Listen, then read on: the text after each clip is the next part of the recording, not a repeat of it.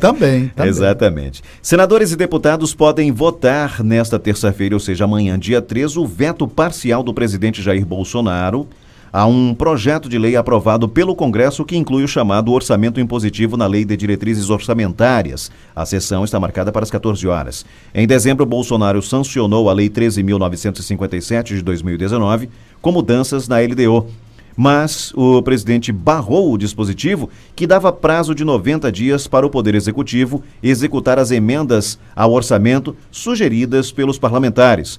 Com o veto, o Palácio do Planalto recupera a prerrogativa de decidir o destino de 30 bilhões de reais em 2020. Em fevereiro, o presidente do Senado, Davi Alcolumbre, anunciou um acordo para resolver o impasse sobre o orçamento impositivo. Segundo ele, a solução seria derrubar o veto ao caput do artigo barrado pelo Poder Executivo. Com isso, a execução das emendas parlamentares respeitaria as indicações e a ordem das prioridades estabelecidas pelos parlamentares, da forma como foi definido no projeto do Congresso. Em contrapartida, senadores e deputados manteriam o veto aos parágrafos daquele mesmo artigo. Isso tornaria sem efeito o prazo de 90 dias para o empenho das emendas.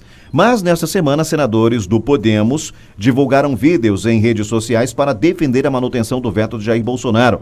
O líder do partido, o senador Álvaro Dias, do PR, classificou como taxadão o dispositivo que obrigaria a execução de 30 bilhões de reais em emendas parlamentares. Aspas, é um dispositivo inusitado. Queremos que os recursos públicos sejam distribuídos corretamente, levando em conta as prioridades do povo brasileiro. Esse modelo permite desvios, não podemos abrir portas para a corrupção e temos que cuidar da correta aplicação do dinheiro público. Vamos trabalhar para manter o veto do presidente da República. Não aceitaremos acordo de tipo nenhum. Fecha aspas. Para o vice-líder do Podemos, senador Eduardo Girão, do Ceará, não é papel dos parlamentares gerenciar verbas públicas. Segundo ele, essa é uma prerrogativa do Poder Executivo. Ele destacou ainda o risco de o dinheiro do orçamento para que ele seja desviado para financiar campanhas municipais em outubro deste ano. E disse, abre aspas, esses 30 bilhões de reais vão ser distribuídos para parlamentares em ano eleitoral. O que vai ser feito com esse dinheiro? O Brasil tem um déficit primário gigantesco para pagar os salários dos servidores públicos, a previdência e os gastos obrigatórios. Já temos um déficit de 40 bilhões de reais e querem pegar 30 bilhões de reais, que é um dinheiro emprestado para que parlamentares possam distribuir em emendas pelos municípios do Brasil. Fecha aspas. Você vê como a coisa rola, né? A gente tem que explicar à população direitinho como é que funciona essa questão, porque a previsão de receita é uma previsão fictícia, né? Você faz uma projeção. As despesas são fixas, mas a receita ela é variável. Você faz uma projeção. Você pode fazer 400 bilhões e receber 390. Mas na prática isso não acontece, né? Você tem um impostômetro no Centro Comercial de São Paulo que ultrapassa a barreira do trilhão cada vez mais cedo, cada ano. Não, mas pode acontecer, uma projeção. Tanto você pode ganhar mais como você pode ganhar menos. Ninguém sabe a crise do coronavírus, se vai afetar a economia, tudo pode acontecer. Então o que acontece? Início, os primeiros meses, a gente fala muito em contingenciamento, porque justamente o pessoal aperta o cerco, porque não sabe como é que vai ser dali para frente. Né? E o que é que acontece com essas emendas aí impositivas, segundo o relator aí do Parlamento, do Congresso, que colocou essa medida, né? O governo teria 90 dias para executar essas emendas, quer dizer, antes da eleição, já para favorecer as prefeituras. Isso não passaria pelos ministérios, seria uma emenda diretamente do deputado ou do senador, direto para o prefeito ou para o governador, quer dizer, para facilitar a vida daqueles que vão concorrer aos cargos públicos. E afetando e muito o andamento do executivo, porque você vai ter que tirar esse dinheiro aí, vai ter que contingenciar mais ainda dos ministérios. E aí vai inviabilizar justamente o trabalho, né, dos ministérios. Então você observa a questão perigosa disso tudo. E aí o que acontece? O presidente, né, fez que não fez, né, com essa questão do 15 de março, a manifestação. O Congresso ficou receioso. É possível que haja a permanência do veto do presidente a essa questão, justamente para tentar enfraquecer essas manifestações aí do 15 de março.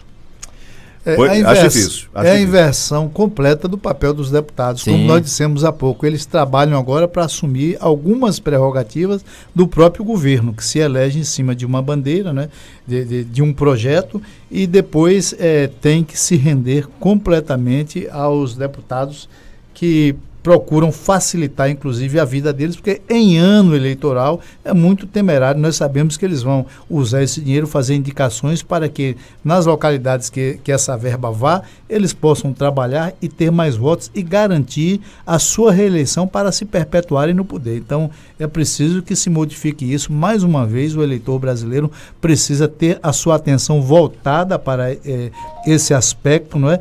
E na hora de exercer o seu direito, saber que o título pode ser também uma arma contra essas pessoas que trabalham dessa forma e não uma arma contra o próprio cidadão em si.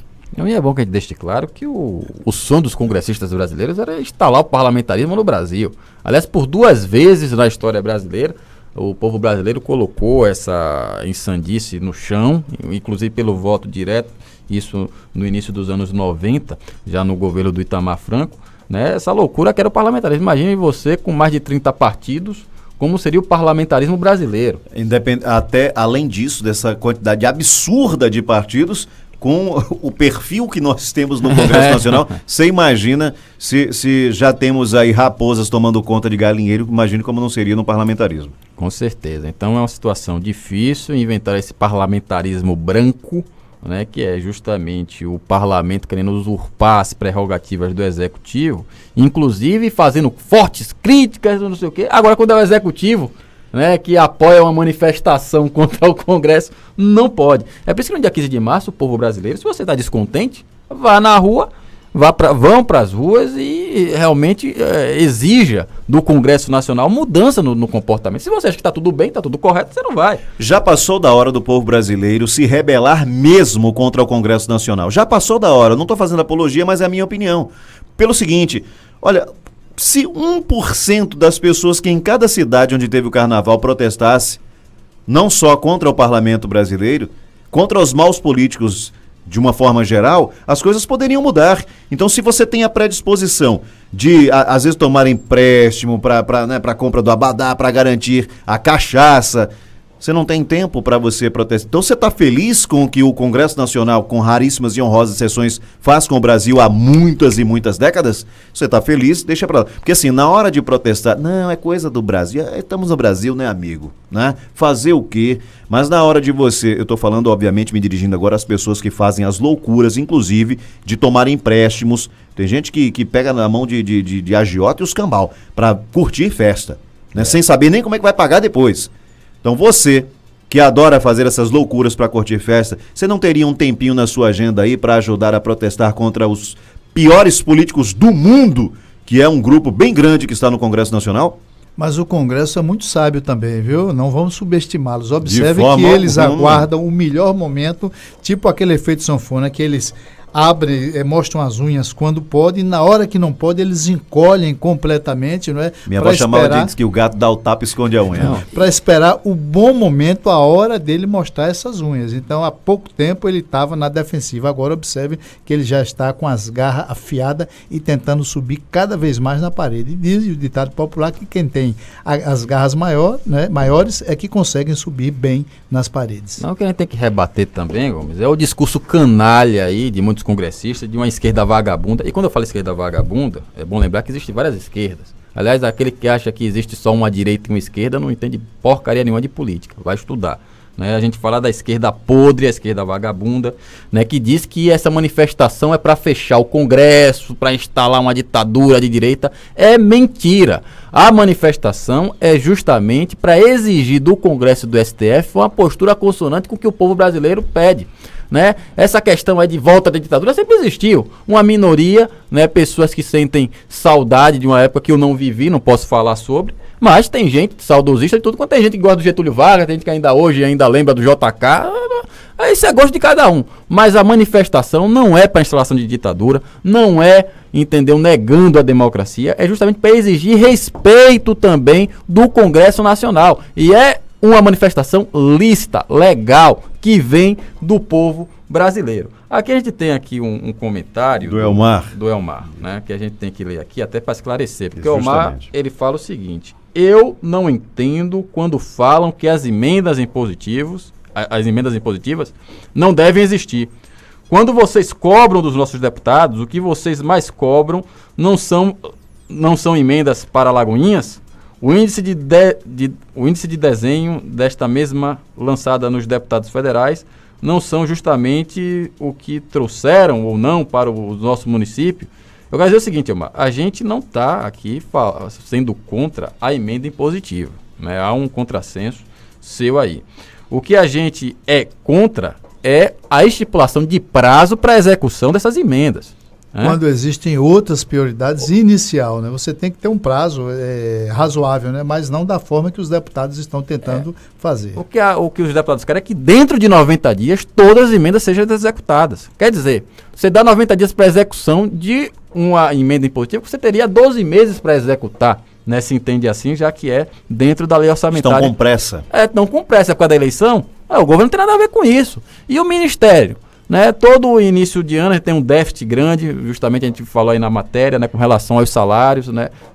Início do ano são meses que tem queda de arrecadação, principalmente por causa do carnaval, né, a questão da produção é um pouco afetada, e é justamente nesse momento que os deputados querem que sejam realizados todos os investimentos, todas as transferências das emendas impositivas. Quer dizer, uma coisa absurda, que inviabiliza qualquer governo. Nunca antes, nenhum outro governo teve isso. Nem Temer, nem Dilma, nem Lula, nem no Fernando Henrique, nem no Collor. E nem nos anteriores. Por que com o Bolsonaro tem que ser assim? Quer dizer, 2 pesos, 2 medidas? Querem viabilizar o governo? É a tal da conveniência também. São 7 horas mais 32 minutos, vamos fazer